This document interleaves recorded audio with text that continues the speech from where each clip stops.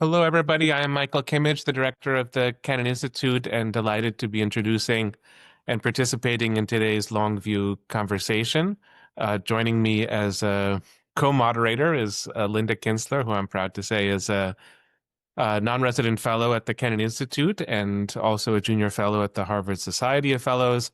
And we will be talking today with Michael Thumann, who's Moscow bureau chief of Die Zeit, and author of two very relevant books for today's conversation, one of which has appeared in English. This is Revanche, and the other which to date has not appeared in English, but I do hope it will one day. And this is Eisiges Schweigen flussabwärts, eine Reise von Moskau nach Berlin. We've discussed the title, which is not effortless to bring into English, but an icy silence along the river or sort of downstream, a journey from Moscow to Berlin. And we will speak for a good 45 minutes, but we will very much welcome audience questions, which you can send to the Q&A function of this webinar, and we will be glad to ask these questions of our speaker in due course. So I'd like to start off with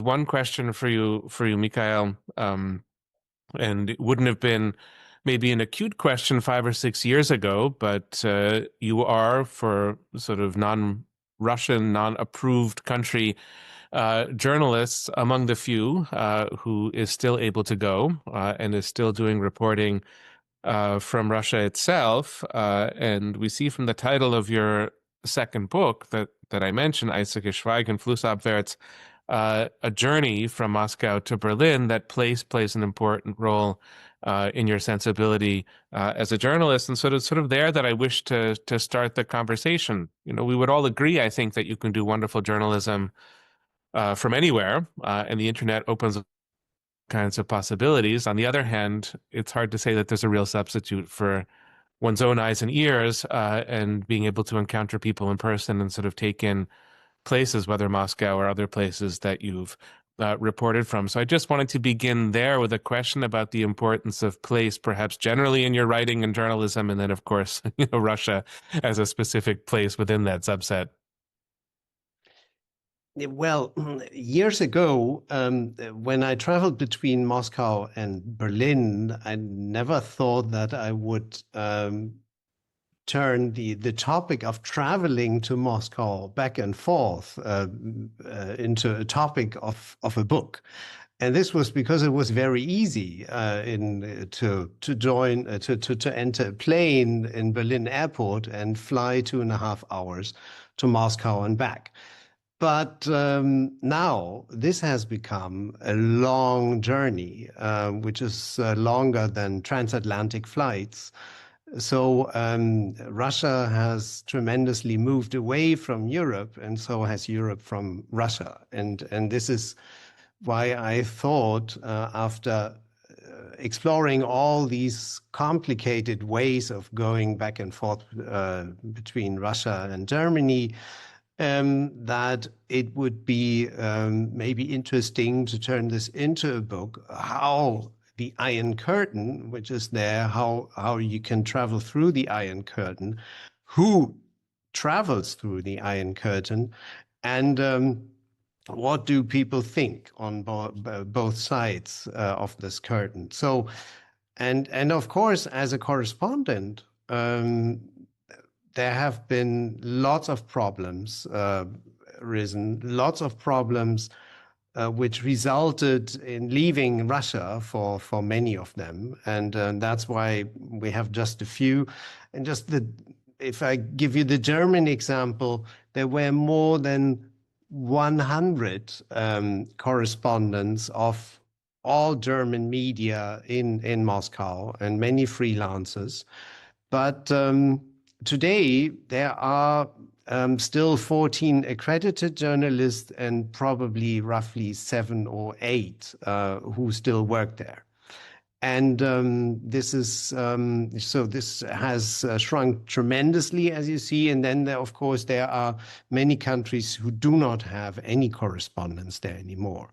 So a stark difference to the picture of 2021 before Putin invaded Ukraine for the second time. Thank you, Mikhail, and congratulations again on the release of your new book. I want to pick up on what Michael mentioned about the somewhat untranslatable title.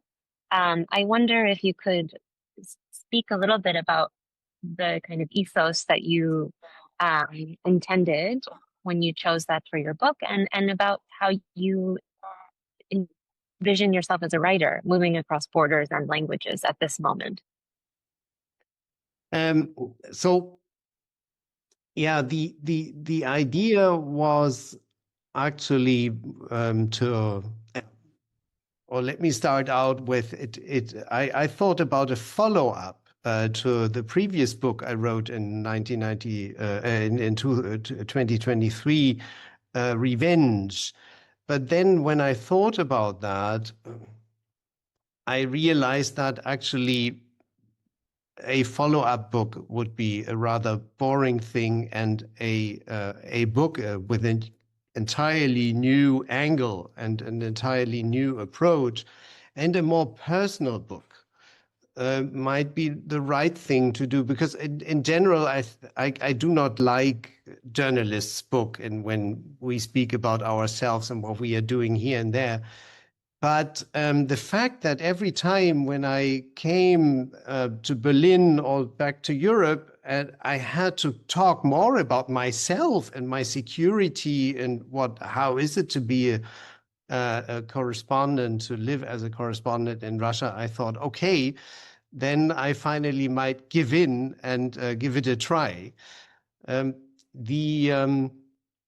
What I find increasingly with every travel between Moscow and Berlin is that there's an even wider divide between perceptions.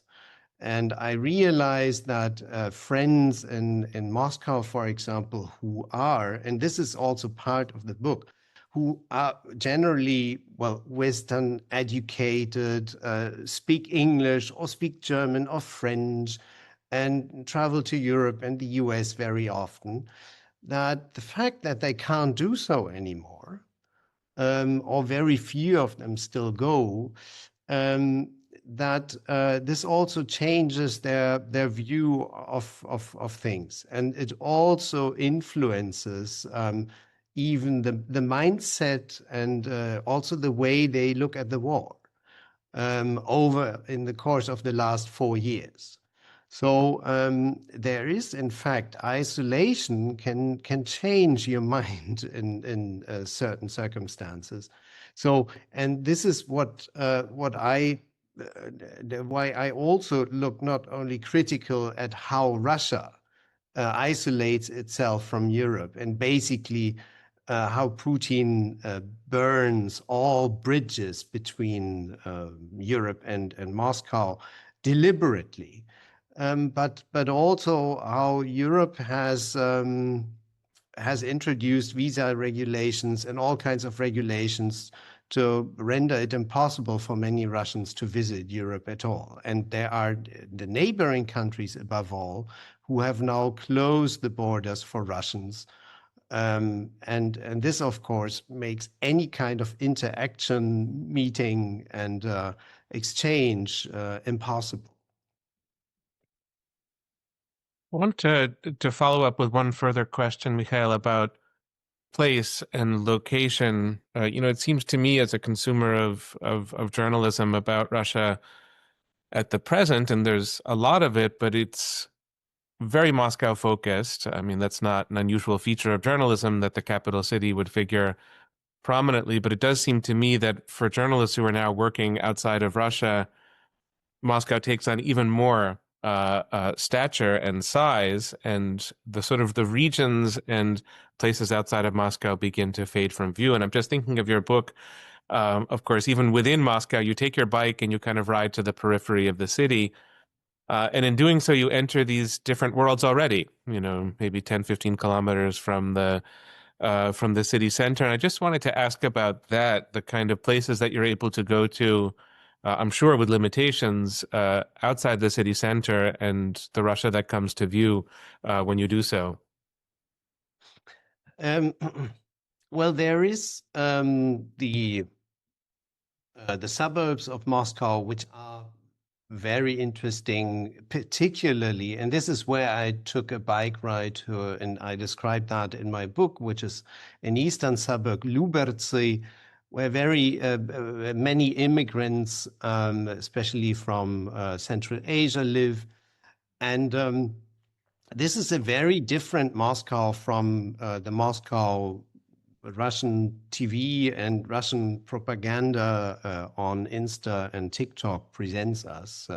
So it's not inside the garden ring anymore, where you find all these polished, refurbished 19th century buildings, or even new and invented 19th century buildings. So Moscow is a showcase city today, but only inside the garden ring. And once you leave, still you see that the city has enormously benefited from the oil and gas boom of the past 20 years. And that still a lot of money is being dedicated to keeping this, to keep the city in shape during the war, particularly during the war, in order to show that, yes, we can afford all that. We can afford all these abundance of flowers and fountains and all the light in the city, and the new pavements and all of that. But you realize once you leave Moscow, first of all, that there's less money, that people have less money. You see the first Lada and Moskvich cars when you travel out of the city, because inside the equivalent of the Lada would be a Mercedes. You see the stark difference in income also. But still, the suburbs of Moscow are part of the huge metropolis, and of course, people have work and people get higher salaries than in the provinces. So, and this is why, for me, it's of course very interesting to travel elsewhere and to take the train and overnight and to go to smaller cities in the province, or even try to go to some more remote places where I can travel only by plane. So, and it very much depends on how people live there and how it feels.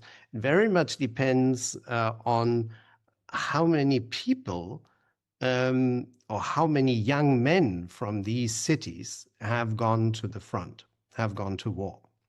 Because as you have, once people go to the front and you see virtually no young men in the streets, you see that the rest of the population is living better than before the war.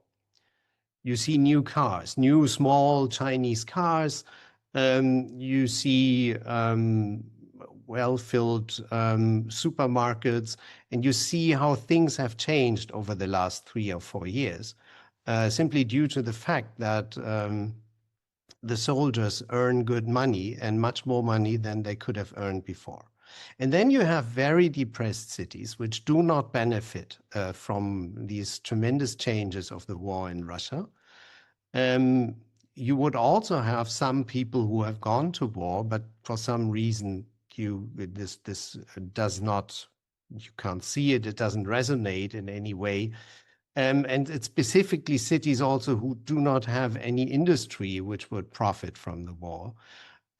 Because this is another important factor in the provinces, that yes, if you have some industry which is producing more and more, then of course the city lives a lot better. And this is also what Russian TV shows us. And I can confirm that, yes, it is the case that some provincial Russian cities are better off now.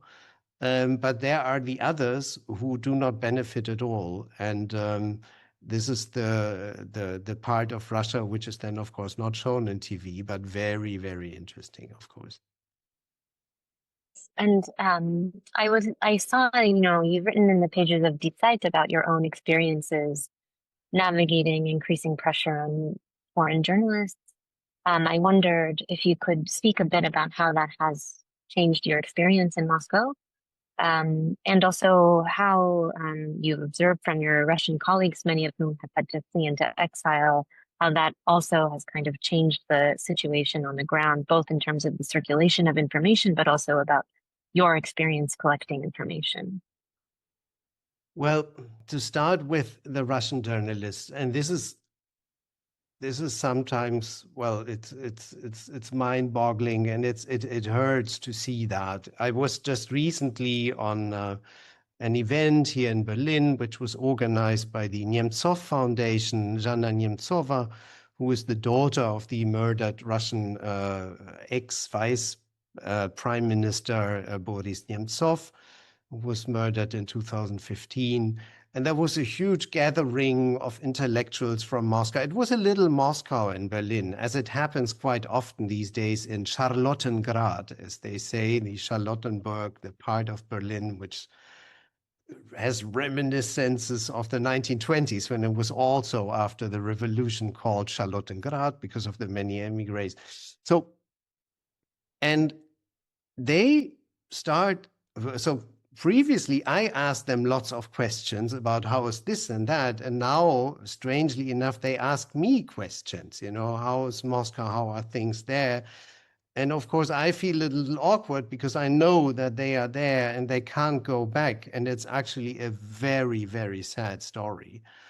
So I'm always torn between telling them, yes, but not telling them like too vividly and too, I went to that restaurant and that, which I know that it actually, it hurts them. It's very interesting, but it hurts them at the same time. So, and of course, for some of them also, it's more and more difficult. They are on the phone, they are on Zoom many days with relatives and friends and people they know, but still, what you lack is the feeling for what's going on in the street. How does it feel? How do people talk? How do people talk on the bus or whatever?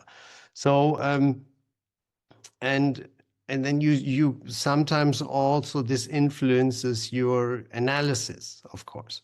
So there is a difference between the very few Russian journalists who still, and analysts who still work in Moscow, one of which is Andrei Kolesnikov, for example, whom you know, and who's I like his writings a lot, but who has both the analytical mind plus what he sees in Moscow, because he hasn't left, and he luckily hasn't been touched by the authorities, and he writes in English, of course, and he wouldn't broadcast into Russia, which is, by the way, very important also for me.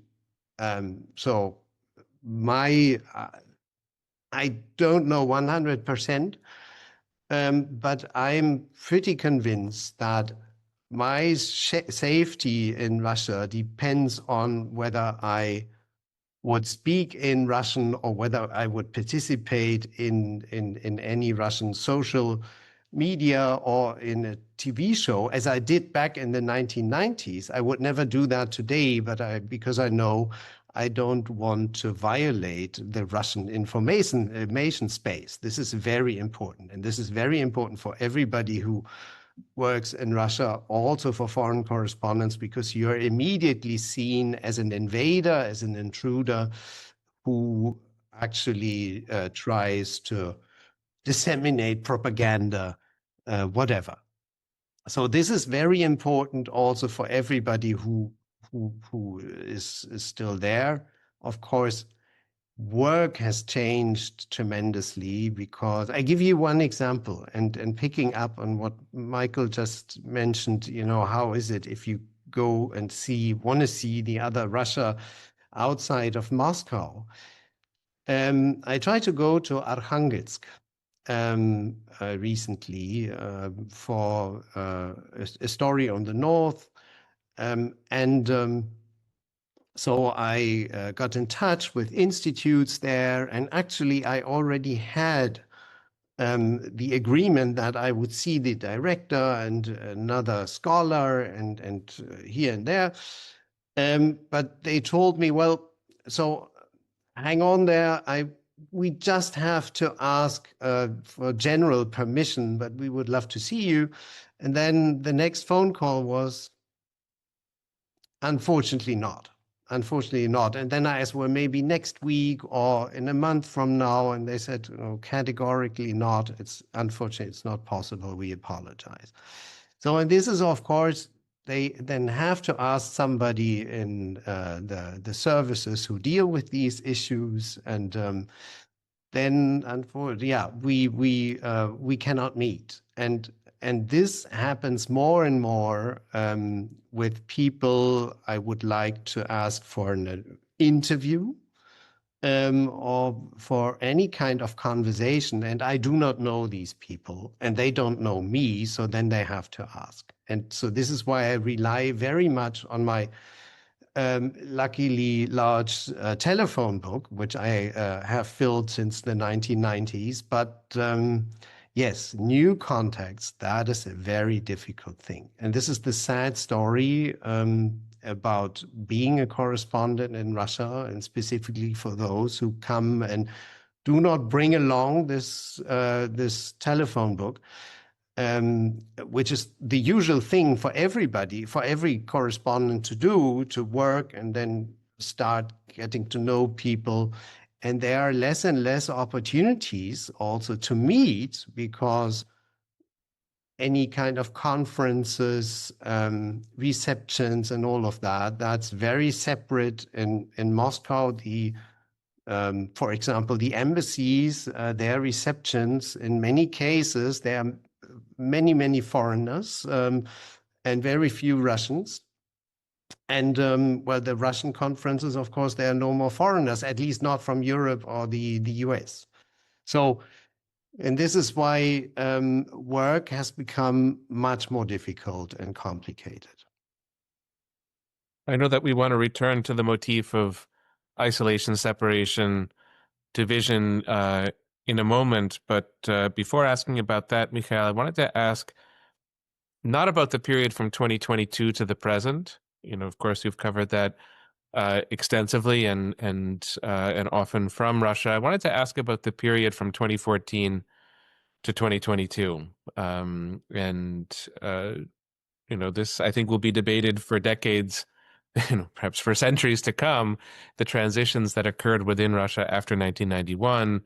The evolution toward dictatorship, the first round of invasion of Ukraine in 2014, and then, of course, the cataclysmic war that we're living through in the present tense. But to put the second invasion in 2022 to the side and to think a little bit less about Russian foreign policy than changes from within, I wanted to ask you to reflect on maybe one or two changes that you lived through, to which you were a witness, that startled you in those years from 2014 to 2022. Of course, this is the subject of your book, Revanche or Revenge, and so we could urge our listeners to go ahead and read the book, but we have the privilege of having you here in person. So I wanted to ask the question about that at the moment, the transitions that you lived through, and sort of when you reflect back on it at the moment, what jumps out?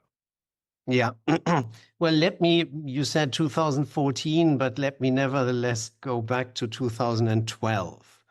And this has very much to do with what I describe in Revenge, which luckily there is an English translation in contrast to Eisiges Schweigen, the last one. So, and 2012, I think, is a very important year, a year of tremendous change in Russia when Putin came back into office. And so at the time I came visiting. Actually, I was dispatched to Istanbul, where I was a correspondent during these years. Before 2013, when then I started with Russia again. But I visited in 2012. Myself, having come from Cairo and several Arab countries where I saw sit-ins, demonstrations, and revolutions, and coming to Moscow and thinking, well, this is very interesting because there were all these demonstrators in 2012 in the first months around between the two elections, parliamentary and presidential elections in March 2012. Blocking roads and camping in a park opposite the Kremlin, Bolotnaya, the square next to the Kremlin. So, and this very much reminded me of more of the organized upheavals in the Arab, not quite of Cairo, of course, in Tahrir Square. That was an entirely different picture, but maybe Bahrain, Manama, how people sat there in the city center and demonstrated. And so Putin had exactly the same kind of idea that, oh, this is an upheaval and it's directed against me. And who is behind it? Of course, the Americans. And you all remember that he then actually thought that Hillary Clinton was all behind it, and conspiracy theories like that. In fact, what happened was that people were, I think it was not a revolutionary moment, and it was not a revolutionary movement. But in contrast to what happened in the Arab world, this was just open outrage about a falsified election. So, and this is, now I'm coming to your question. I think this was the moment, not the 2007 speech in Munich or or the war in Georgia and the campaign in 2008. No, it was 2012 when he saw this crowd gathering there and thought now it was his turn to be ousted. And this is when then he himself realized, I need to change my narrative. I can't rely just on the income of oil and gas as I did in the past 12 years, or at least in the years until 2008 when he was president. I also, with all what he had in the very beginning, stabilization and basically telling all bad stories about the 1990s and how bright the 2000s were, that was not enough. And he came up with a new narrative, which was nationalism, which was Russia's glory and his turn to the past. He started to talk about history. He started to talk about nationalism, and he called himself a nationalist in a very interesting article in 2013. And he started to perceive the European Union not as a partner, but as a rival, and later on today as an enemy. And this all started in these years. And what also started, as you remember, was then revenge, what I call it as such, revenge against those who were not on his side. The agent laws came into place, and the first agent law in 2012, and then this was ever expanded until today. And more categories are added by the Duma, and more organizations, of course, added to the long lists of agents, undesired organizations, terrorist organizations, extremist organizations. So, and this is, I think, when Russia turned, his rule was authoritarian before. It was, if you like, competitive authoritarianism, although I still doubt, in contrast to Turkey, for example, where I saw this competitive journalism previously, that was a perfect example. The elections in 2004 and 2008, there was not too much of competition, but at least there were some candidates, and at least Navalny could run in the mayoral, in the Moscow elections at least once. So until they understood that this is a serious candidate. and next time we prevent him from running.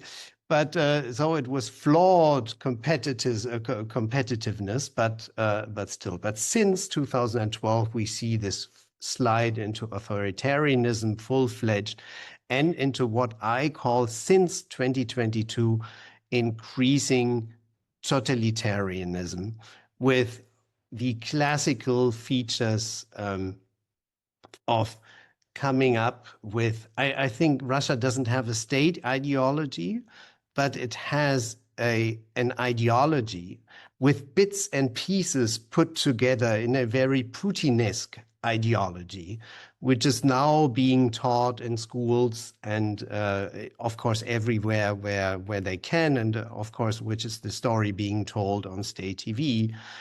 But still, if you, against the backdrop of what we have all studied and written about in the 1930s, 40s, and 50s, you would always find differences. This is what I call it, increasing totalitarianism. But the direction seems to me quite clear. And maybe we can also add a word about the digital totalitarianism, which they try to introduce now. So you see it on many fronts that this is not sheer authoritarianism, it's much more. And the isolation from Europe is part of that game, by the way. I wonder, given all of that, there has been so much discussion here in the United States about the peace plan negotiations currently underway. And I think we would be remiss if we weren't to ask you what the view is from Moscow of some of those deliberations. Well, the peace plan has, I think, two big problems. First of all, it has lots of suggestions what Ukraine should do and should cede and should compromise on. And it has very few or close to none suggestions what Russia should do. And I mean, we have seen all these reports, and one of the most interesting among all those was the Wall Street Journal report over the weekend, with describing the long preparation of Witkov and Dmitriev over the past months. So we can read there how most probably it all came about, and so these inherent flaws of the peace plan are to be explained by the way it came about. I see the second big flaw and problem, and why I believe that this plan will not fly unless this is solved, is that all the plans and also the much talked about Istanbul plan, which when allegedly something had been achieved already, and then Boris Johnson, of all powerful men in the world, came along and convinced Zelensky not to take it. And then, of course, he didn't take it. So Johnson is to be blamed, which is a ridiculous story, because also this peace plan had the major flaw that neither the security guarantees for Ukraine were clear, nor the exact borders or the demarcation line.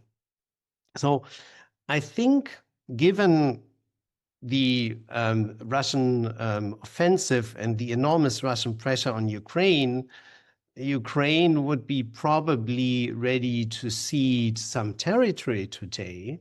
But the problem is that Putin now adds another condition, that he doesn't want only the territory, and he doesn't want only all of, as you know, Donetsk and Luhansk, and give us what we are going to take anyway, but he wants recognition for that. And this is a very peculiar way of usually conquerors do not ask immediately for recognition. So we have lots of examples in the world with conflicts which have no peace plan, but they have realities on the ground. you have divided Korea, you have occupied Cyprus, talking about the north, and the Turkish army, which has in 74 occupied the north of Cyprus. Or you have, for that matter, you have the Golan Heights. So when Israel annexed the Golan Heights in 1981, the world basically, some said this is terrible, others said okay, but nobody ever recognized that officially. And of course, Turkey's occupation of Cyprus has never been, it is a fact, yes, but it has never been officially recognized. So to ask for official recognition, even if it's only about Crimea, of course, is a proposition which I think is unacceptable for everybody, and it will be a major stumbling block. So let me return once more to one important missing link, which is the security guarantee question. I recently talked in Moscow to a person who is close to the Kremlin and one of the major, intellectual advisors. And he said, when I asked him, well, you know that neither Istanbul came about nor this one may fail, that the security guarantees was a major stumbling block. So have you changed your mind on that? Is it possible that European states or that the US or that any outside powers give security guarantees? And then he quipped that, well, we are ready to give security guarantees. And I said, thank you. That was very helpful in the past years. But apparently Russia is still not ready to accept the fact that Ukraine gets any valid security guarantees which go beyond a general statement or something which was guaranteed in 1994. And this is why I'm very skeptical if this can work. It is, of course, possible that the Trump administration imposes this on Ukraine and threatens everybody and the Europeans and threatens with withdraw from NATO and doing all kinds of horrible threats and things. That is possible.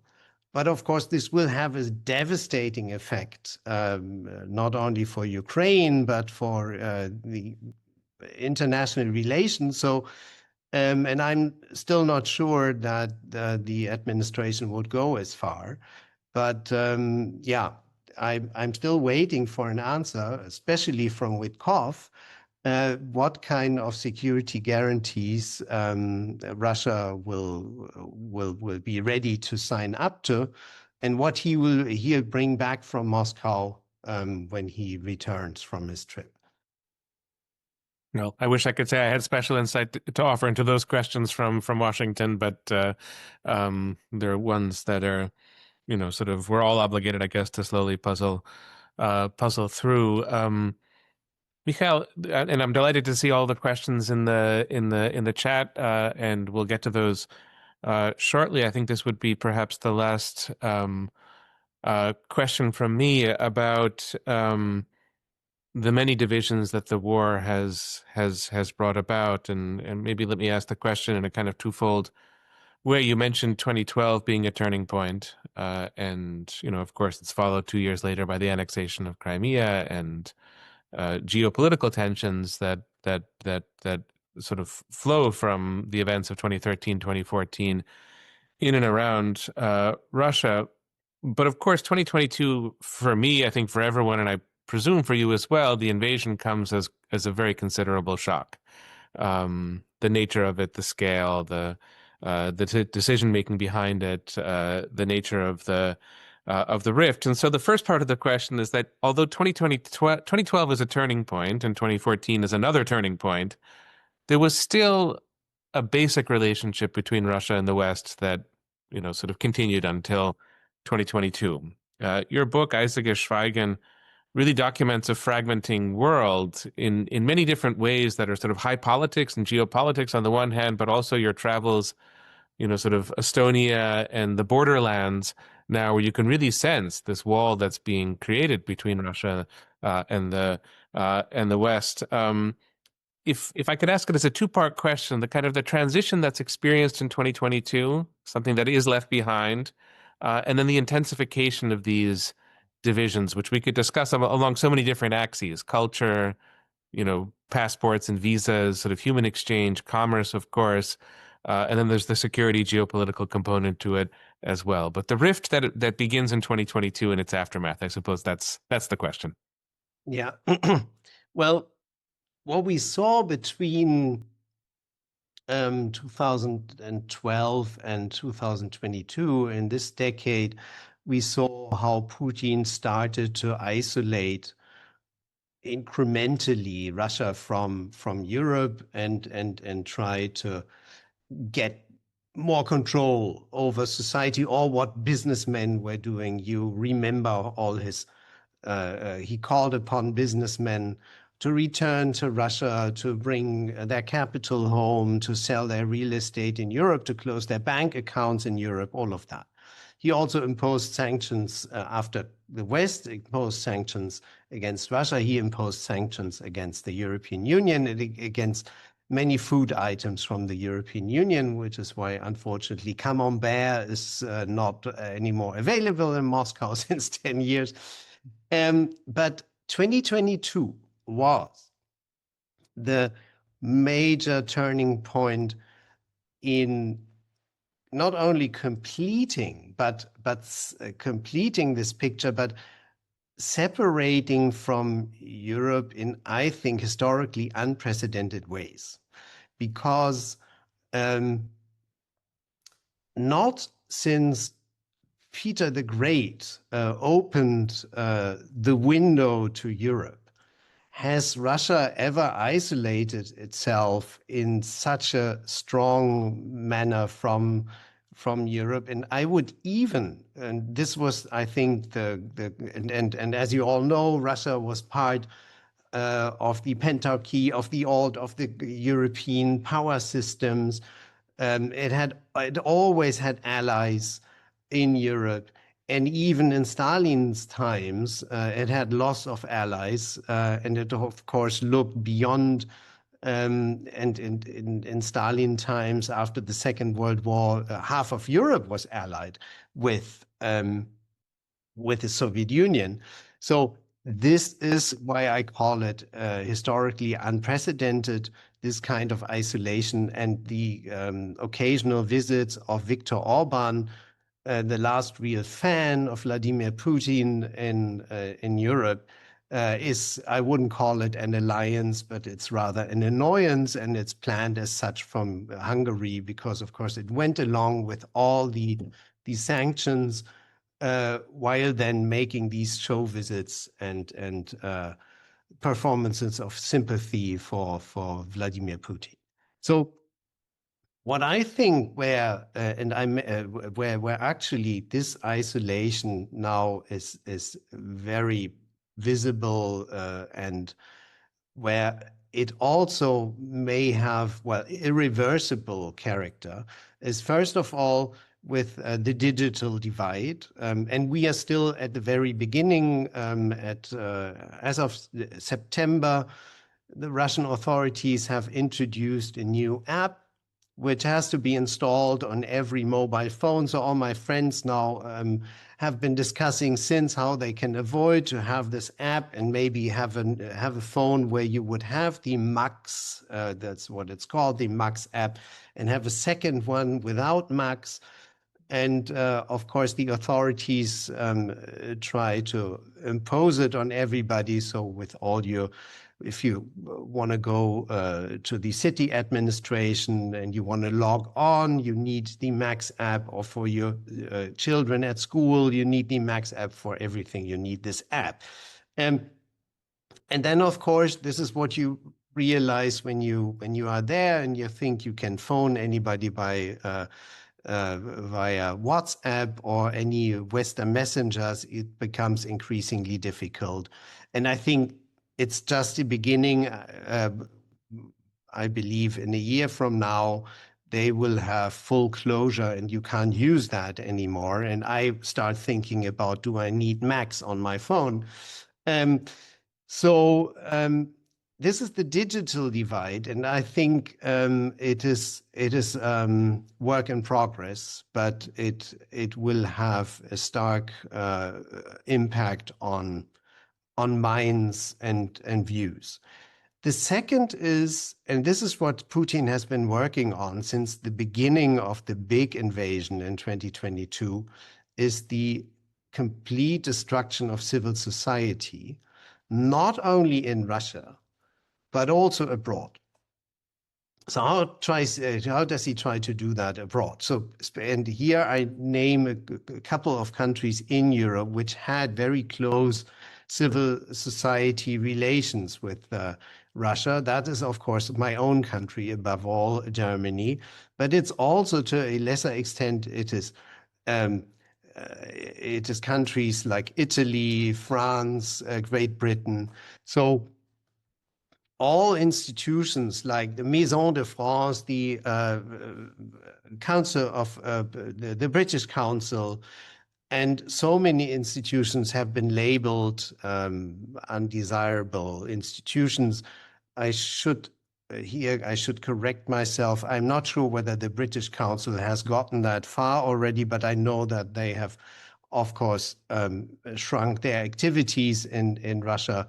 So has the Goethe Institute, which was an operation of more than 1,000 people working for the Goethe in Russia, all over Russia, from Moscow to Vladivostok, and has shrunk now to 14 people in a huge office building in Moscow, getting lost in these long corridors and 1,000 rooms they have in there. It's the former GDR embassy. That's why it's so big.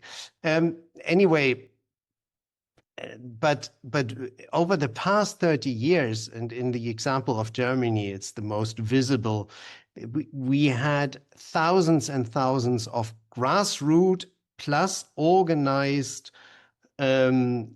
contacts, common institutions, all kinds of non-governmental NGOs who work together with Russian NGOs. And all of that has been destroyed. And just to give you one example, which is one of the most flabbergasting examples, is we have in Germany the Deutsche Gesellschaft für Osteuropakunde, which is the German Society for East European Studies, founded in 1913, worked even in the Soviet Union, with the Soviet Union, over 100 years. And it has now been labeled an extremist organization, not just undesirable, but extremist organization. So everybody who has contact with them, and they run a journal on Russian studies and all of that, it is the roof organization for all German scholars working on Eastern Europe and Russia. So everybody who has contact with them, an email conversation, whatever, or writes for that journal, goes straight to jail in Russia. And so this is how you destroy civil society contacts across the border. And this is, of course, how you destroy people-to-people contact, in order to say, well, when we talk about German-Russian relations, we talk about Putin phoning Merz, if that ever comes about. Or in better times, Putin in a sleigh with Gerhard Schroeder, planning on new pipelines on the ground of the Baltic Sea. So this is what they see as relations. But if citizens would like to meet, no, this is not relations, this is subversion. And this is so now they act accordingly.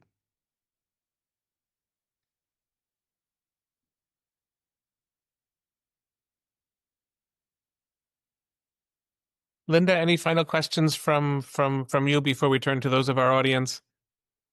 No, I'm happy to turn it over to the audience.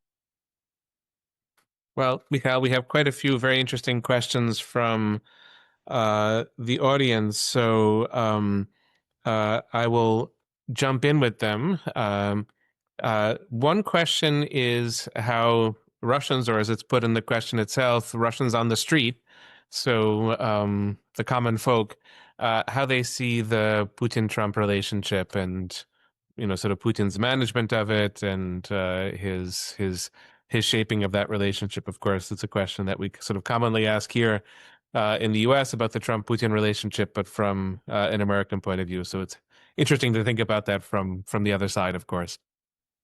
So when you talk to people in the street or people who do not know me, I do not know them, and I wouldn't just, come immediately pull out my mic and say, Michael Thumann from Die Zeit, I have a question here, then they would run away, immediately. So we just talk. They would realize I have an accent and where I'm from, and then I say I'm from Germany. Oh, interesting. And then we have a little exchange. And after a while, and I'm always very cautious to bring up these political questions because this is actually something you don't do these days. You don't talk about Putin. You avoid Putin. You don't mention his name, the unpronounceable. And this is why people have either they don't want to talk about it at all, or you hear the TV news you watched last night. So basically the same kinds of sentences and the same kind of words. And people know that if they just repeat what they have heard on TV, they are on the safe side. So this is why not too many people speak openly, but of course, I always try then to talk as long as possible. And here or there, if you talk about daily life, and also daily life becomes political if you think about it, I realized that more and more people, unlike 2023 or 4, so in 22, many people were shocked and thought, oh God, where will this lead to? And let it end sooner than later, better sooner than later. In 23, I realized that people were more sure about that life would go on and somehow it works despite the special military operations, and it wouldn't concern us or our children, specifically in Moscow, because the surge and the registration and mass mobilization takes place basically in the provinces and concerns Moscow to a lesser extent. Although you see also in the Moscow metro tables and posters of the people, and you can sign up to the army there. So people became more relaxed. Now there's a different picture, and which is that I realized that people get more and more angry about the West, angry about Europe above all, because Europe is now the main target in state propaganda.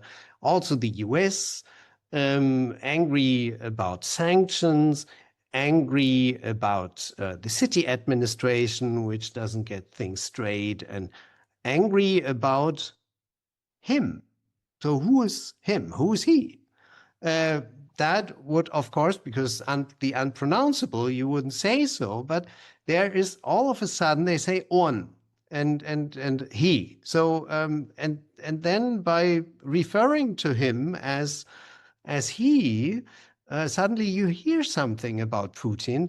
It wouldn't be too critical, but I heard two people saying in November, well, he promises a lot and he doesn't deliver. And so I would not argue that this is a turning point or that anything is substantially changing, but this is just a feeling of uneasiness with things in the 4th year of war.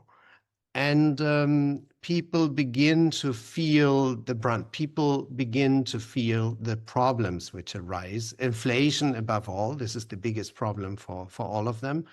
But of course, that in many areas of industry and services, there is a recession. And it is the war industry which is thriving, and in other parts of the economy, there's a recession. And people feel that, and people get angry about it. So this is the uneasiness. And I wouldn't say more. I wouldn't say, well, this will lead to the demise of Putin, or that he will be in trouble in a year from now. So I don't know what's going to be in a year from now, because if Putin is being saved with 28-point plans, then things can get a lot better for him. And if sanctions get lifted and he can sell his oil on world markets as he could before 2022, then things will change in Russia, of course. But if not, I dare to say that things will get more and more difficult for him.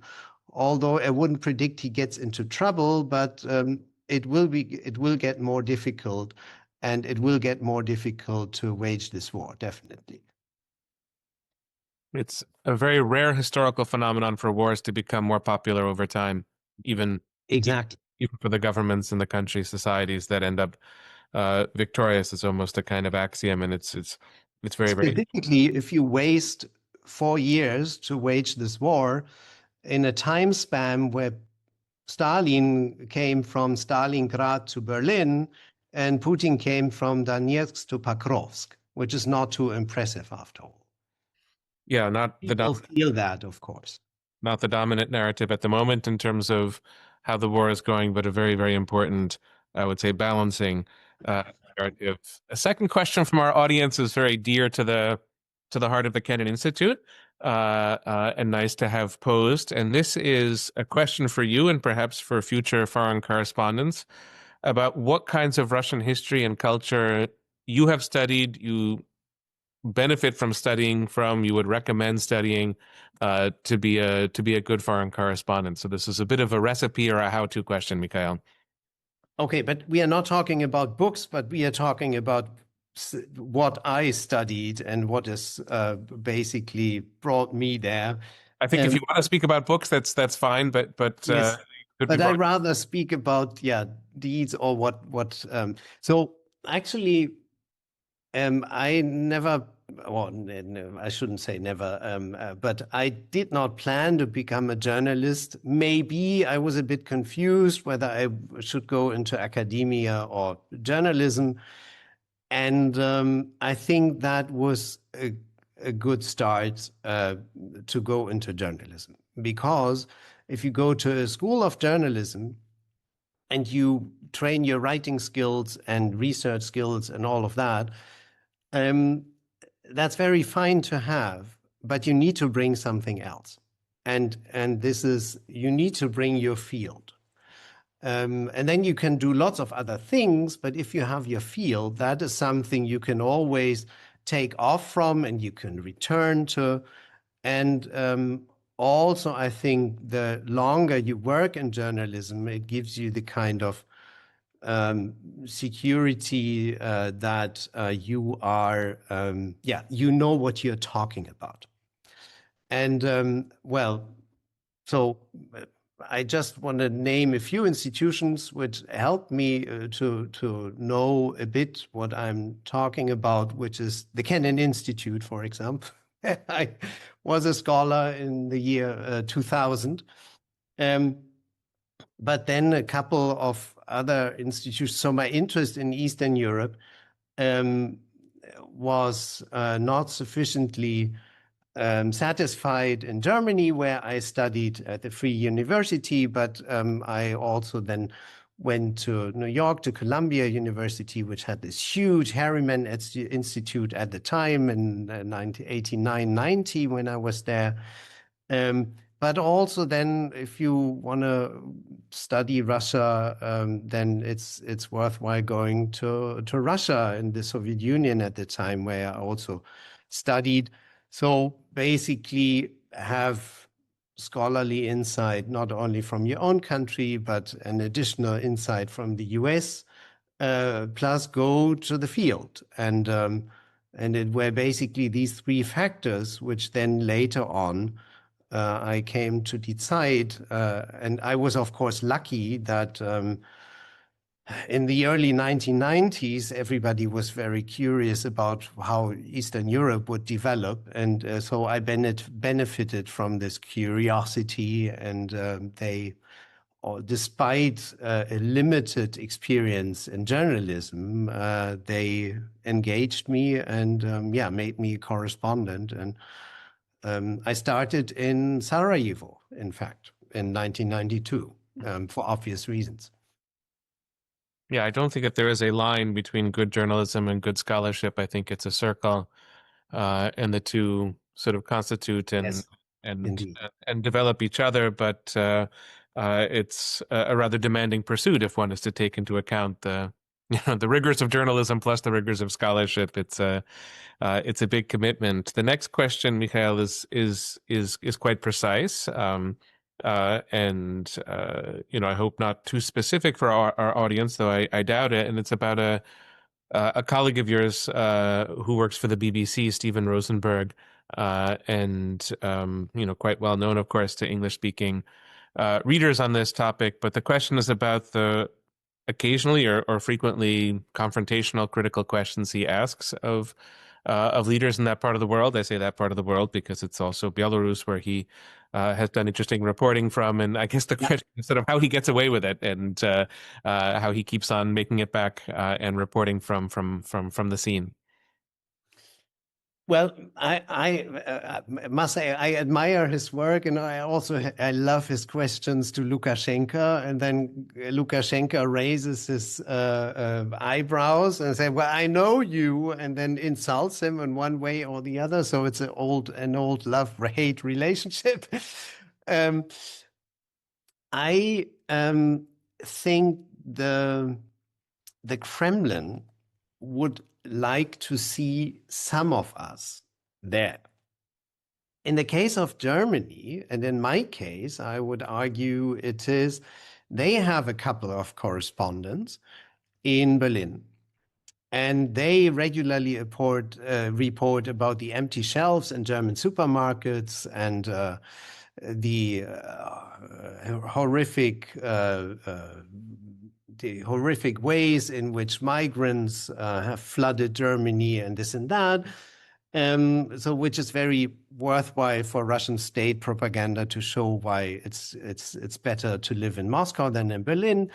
And then they have us there because they see it in reciprocal ways. So if we have one, they could have one. And if they take away one and do not extend the visa of one Russian correspondent, then we take away a visa of a German correspondent. In the case of Great Britain, of course, they have a lot less correspondents. Russia has more correspondents there than vice versa. And Steve Rosenberg is, I don't know now whether there are how many other British correspondents there are. I know that, for example, Times of London, they work with us door to door. So here was the Times and the next door was Die Zeit. Now there's just Die Zeit, and Times has left into 2022, unfortunately. So there are very few, but I think this is the basis. They think, okay, we tolerate him here, and we have ours over there. And this is much more important to us than some correspondent, an isolated correspondent telling something from here. And we make sure that they have problems all over the way, that they cannot travel too much in the country. I told you about my Archangel story where I wouldn't get appointments. And also they have managed to scare us away from any Far East adventures going to the Chinese border or any interesting feature stories, because lots of correspondents have gotten arrested there and deported and things like that. So we are all very careful about these Far East trips now, let alone trips to the Russian-Ukrainian border. So this, all restrictions in Russia, which you wouldn't have as a Russian correspondent in Germany or Britain or elsewhere. Two questions I'm going to roll into one. I want to be respectful of your time and our audience's time, so we have about 8-9 minutes remaining. I'll roll two questions into one, and we'll see if there's time for an additional question. Michael, you've inspired a lot of questions in our audience, so more than we can pose. But these two questions are both about the practice of journalism, and one is about a term I haven't heard before, but "quote unquote" passport privilege. So in a way, the capacities that non-Russian journalists have to report, because they have the potential to leave, and therefore the kind of difficulties of journalists within Russia who are obviously operating under repressive circumstances. And so that's one question to reflect upon. And the second, about the practice of journalism, is how you work with Russian government statements and Russian state media, which generate, I'm sure, thousands, if not millions of words on a daily basis that one can spend all of one's time consuming, and yet, important to have critical distance given the role the Russian government plays. So the first question about maybe a contrast between those working in Russia who do have non-Russian passports, and then how one manages reports on government statements in a way that's accurate and responsible. Yeah. Well, yes, there is a passport privilege to a limited extent. And of course, we can report in our native languages things from Russia. We can report on things and we can comment things that Russian journalists could not. But I think the difference is not just the passport, but the difference, of course, is the language. And this brings us back to the information space. So up until now, they do not care too much about what we write in German. They are a bit more wary about English because this is more easily accessible in Russia. But still, then they make sure you wouldn't be able to access the website or anything. So anything outside of the information space is the major advantage. So language is the major difference. The passport privilege is also there, of course. I don't deny that. And this is why independent journalists who report with their name and their face work from abroad now. You can't do that in Russia anymore, unlike the times until 2022. With a very few exceptions, like Dmitry Muratov, who won the Nobel Prize 2 years ago. He is one of very few exceptions. There's also one angle which is important to note, that I also have my people in our office. I think about them a lot, and we have thought about them since 2022, how to get them out quickly, and so that they always have a visa, multi-entry visa for the Schengen area in Europe. That is something I reflect, because I know they are specifically vulnerable as Russian citizens. But one shouldn't be too sure as somebody coming from a Western country, so an unfriendly country, as they call us. It is possible we also get arrested, and as we have seen in the past. So also you have to be very careful in the field and avoid the many traps which the Kremlin has prepared for us. How to work with official statements. So you got to be careful that you don't get drowned in all these statements. But I can tell you that in contrast to the 1990s, where it was really drowned with all the TV channels, and there was this interesting commentator and that one, and they clashed. And then there was ORT of Berezovsky and the Gusinski channels and all of that. And you had to watch, because there was not one kind of New York Times or Frankfurter Allgemeine, which you can read, and then you would, have a pretty good picture what is going on, you needed to watch and to read a lot of papers to get that same picture. And always biased in this or that direction, but fun to read and to watch, but very time consuming. Today, and thank you to the Kremlin for that, they save us a lot of time because they have their metodichka, they have their method. So the method is, which is the press secretary of the Kremlin convenes with the editors of the major TV channels, and then they agree on a line. And then you would hear that line repeated all over. Or Putin has decided to say something substantial or not substantial to the 28-point peace plan. So, and this is then the news we go to bed with. And so no need to watch all these confusing debates and comments of the 1990s, but the streamlining saves us time.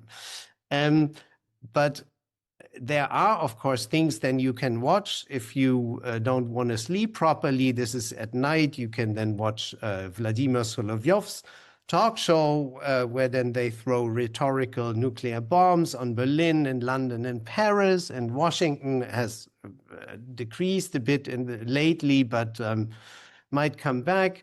So they love all that, and so you can also do that, and I do that occasionally if I think I'm ready for it. But to sum up, it has the official line, to read the official line has become easier only in cases when something major has happened. And you, like the terror attack on that shopping, on that theater last 2 years ago, I think, time flies by, 2 years ago in Moscow, where we didn't hear anything substantial in the first hours and thought, so what is the line? And they had no metodichka developed. They had no method so far. So we relied basically on international media and on those correspondents who were in front of the theater. But this happens rarely. Then they quickly agree on something, and then you know how to think about it. Well, Michael, for your rich and nuanced method as a journalist, your readers are grateful. If we have any literary agents or publishers in the audience, I will make an appeal now for the translation of Eisiges Schweigen into English, which would be great, but we're especially grateful for your taking the time today to join us. Michael, thank you so much, Linda, for joining as well. This has been our fourth Longview conversation of the season, and we hope to have you back often, Michael, for future such conversations. Thank you so much. Great pleasure. Thank you so much for inviting me.